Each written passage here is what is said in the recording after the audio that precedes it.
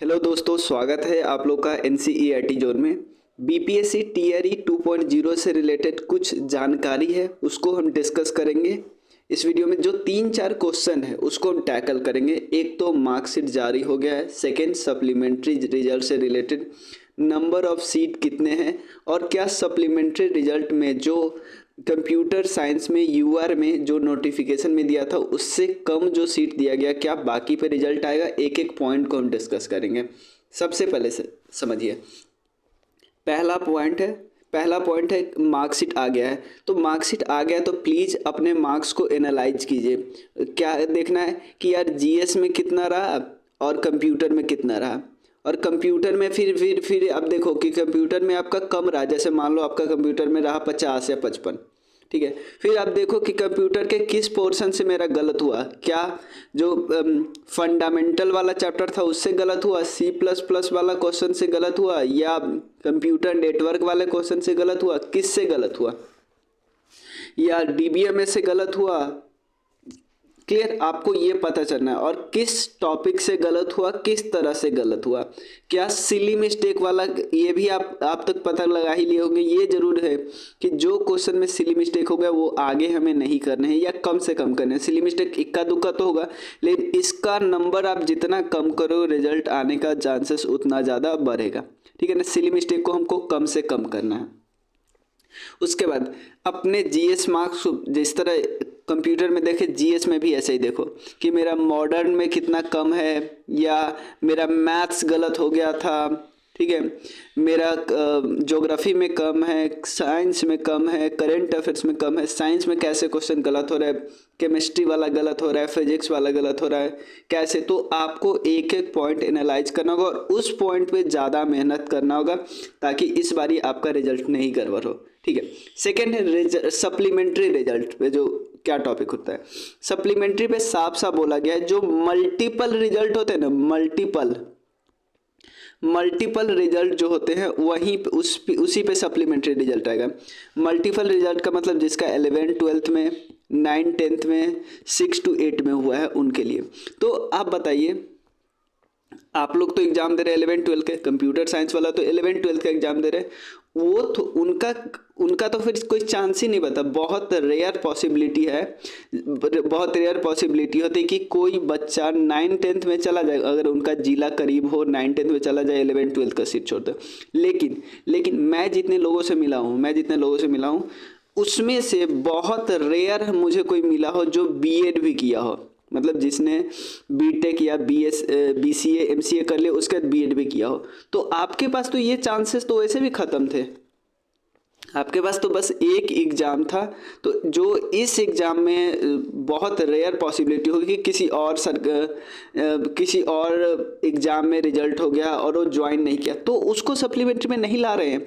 अगर मान लो किसी आपको सेंट्रल गवर्नमेंट में जॉब हो गया या आपका प्राइवेट जॉब अच्छा चल रहा था, आप इसमें नहीं आना चाहते, तो ये तो वैसे भी सप्लीमेंट्री में नहीं आ रहा है, ये तो अगले एग्जाम में ऐड होगा ना। तो इसीलिए ना सप्लीमेंट्री रिजल्ट आने के चांसेस कंप्यूटर साइंस में बहुत कम है, 5-10। देखो पिछली बार इतना 1000 सीट था तो 19 आया, सिर्फ 19, ठीक है ना। जो देखो जो कागज वगैरह से जो डॉक्यूमेंट के कमी के कारण पकड़े जाते हैं वो थोड़ी अभी बाहर हो रहे हैं, ठीक है ना। वो बाहर हो जाएंगे तो वो पार्ट थोड़ी सप्लीमेंट्री में ऐड हो रहा है, वो अगले एग्जाम में होगा ऐड।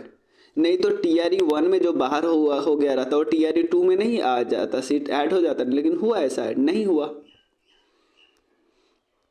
ठीक है। तो आप देखो, तो सेकेंड पॉइंट तो ऐसे भी बाहर हो गया। अब सप्लीमेंट्री रिजल्ट तो कम नंबर पे आने के चांसेस बहुत कम है, बहुत रेयर है। अब थर्ड क्वेश्चन हमारा क्या बन रहा था, तो अगर थर्ड क्वेश्चन क्या बना था, अगर ये नहीं आएगा तो क्या यूआर का जो देखो यूआर में टोटल सीट नोटिफिकेशन में थे 242, रिजल्ट आया 107 पे, बचा कितना 135 सीट। क्या इस पे रिजल्ट आएगा? न के बराबर के चांस है, क्योंकि सप्लीमेंट्री रिजल्ट में साफ साफ लिखा है, ये साफ साफ उन्होंने इंटरव्यू में बोला था मल्टीपल रिजल्ट जिसका है उसी को देंगे। तो आप लोग के जो सप्लीमेंट्री है वो न के बराबर चांस ही नहीं है, ठीक है ना।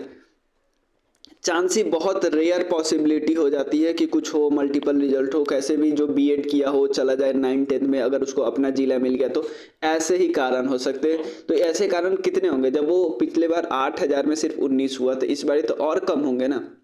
तो 2-4 मुश्किल से हो जाए, वो भी काफ़ी है। ठीक है, अब मुझे एक चीज़ ये बात समझ नहीं आ रहा, ये आप लोग भी कमेंट सेक्शन में बहुत लोग पूछ रहे थे मुझे तो कि आप बताइए क्या हो रहा है, मुझे खुद पता नहीं चल रहा है। जैसे मैं यूआर का बोलता हूँ, ईडब्ल्यूएस का बोलता हूँ, बीसी का बोलता हूँ। देखो यूआर के सीट नोटिफिकेशन में दिए थे 242, रिजल्ट आया 107। ईडब्ल्यूएस का दिया था 57, रिजल्ट आया 61। बीसी में 28 दिया था, रिजल्ट आया 33। फिर नोटिफिकेशन का मतलब ही नहीं है ना, कम ज़्यादा से मतलब नहीं है। मतलब है कि जो नोटिफिकेशन में दिया गया उतना तो रिजल्ट जारी होना चाहिए ना, और किसी एक में ज़्यादा कर देना, किसी एक में कम ज़्यादा कर देना, किसी एक में पूरा कम कर देना। क्लियर? तो ये फिर नोटिफिकेशन, जैसे मान लो हम लोग अगली बार मान लेंगे नोटिफिकेशन में यूआर का आएगा 300 और फिर रिजल्ट आ जाएगा 100 पे, तो फिर तो कोई फ़ायदा ही नहीं है ना तैयारी करने का। ठीक है ना, तो ये इसका क्लैरिफिकेशन आना चाहिए बीपीएससी की तरफ से कि क्यों, क्योंकि वो पॉइंट ही नहीं जारी करते। ठीक है, और थर्ड लास्ट क्वेश्चन है कि TRE 3.0 कंप्यूटर साइंस में कितने सीट आने वाले हैं। मैं एक चीज़ बोलूँ, ये हम लोग को तो छोड़ो, हम लोग का तो कुछ भी नहीं है। ये बीपीएससी को भी नहीं पता होगा, ध्यान रखना, अभी बिल्कुल अभी नहीं पता होगा।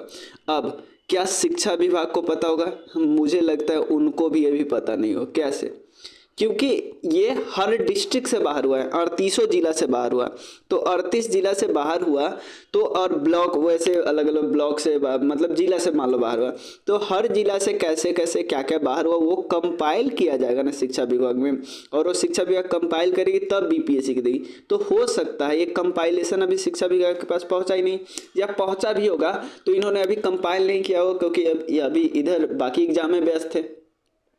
तो हो सकता है शिक्षा विभाग इसको कंपाइल करे जनवरी के लास्ट में या फरवरी के लास्ट, फरवरी में हमें पता पहले से चल जाएगा कि इतना कंपाइल किएगा, लेकिन फाइनल तब को हमको पता चलेगा जब नोटिफिकेशन में आएगा, बीपीएससी के नोटिफिकेशन में आएगा, जो कि जून जुलाई जब भी आ जाए। ठीक है, या उससे पहले ही आ जाएगा, क्योंकि एग्ज़ाम ही आपको है 24 अगस्त। ठीक है, लेकिन एक चीज़ तो माननी पड़ेगी यार, पिछले बार से तो ज़्यादा सीट आएगा, पिछले बार से ज़्यादा सीट आएगा, ये तो मानना पड़ेगा। और जो इस बारी का जो TRE 2.0 है ना, बहुत ज़्यादा स्क्यूड था एससी के तरफ, क्योंकि TRE 1.0 में एससी का सीट भरा नहीं था ना, तो सारा TRE 2.0 में रखते हैं। तो एससी जो मेजॉरिटी चंक था, मतलब ऑलमोस्ट 800 के आसपास, टोटल में से 800, अगर टोटल 1100 है या 1000 के आसपास रिजल्ट दिया, तो उसमें 700-800 तो एससी का था। लेकिन इस बारी वैसे नहीं मिलेगा, इस बारी हो सकता है इनका सीट कम जाए, कम में रहे, और बाकी यूआर, ईडब्ल्यूएस, ईबीसी, बीसी, इन सब का सीट, फीमेल वगैरह सबका, बाकियों का सीट ज़्यादा रहे।